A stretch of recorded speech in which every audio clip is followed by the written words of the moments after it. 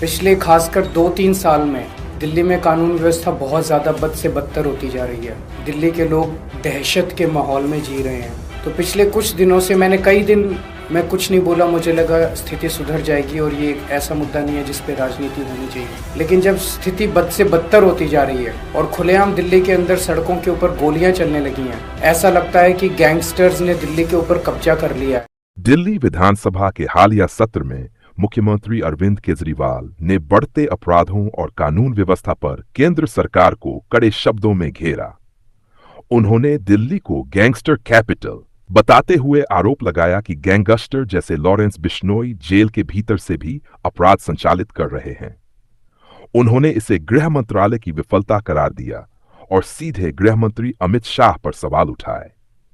केजरीवाल ने कहा कि दिल्ली की सुरक्षा और कानून व्यवस्था की जिम्मेदारी केंद्र सरकार पर है, क्योंकि दिल्ली एक अधूरी राज्य यानी केंद्र और राज्य सरकारों के बीच विभाजित अधिकार क्षेत्र है। उन्होंने आरोप लगाया कि गैंगस्टर जेल में सुरक्षित हैं और खुलेआम अपने रैकेट चला रहे हैं, जबकि दिल्ली के नागरिक असुरक्षित महसूस कर रहे हैं। उन्होंने हाल ही में हुई घटनाओं का हवाला दिया, जैसे कि धमकी भरे कॉल्स, रोहिणी क्षेत्र में विस्फोट और अन्य अपराध।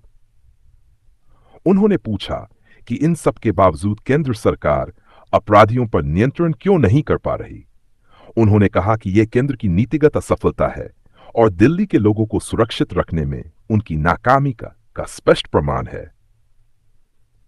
यह बयान आगामी विधानसभा चुनावों और दिल्ली में कानून व्यवस्था की जिम्मेदारी को लेकर चल रहे विवादों के संदर्भ में दिया गया, जिसमें केंद्र और दिल्ली सरकार के बीच बार बार टकराव देखा गया है।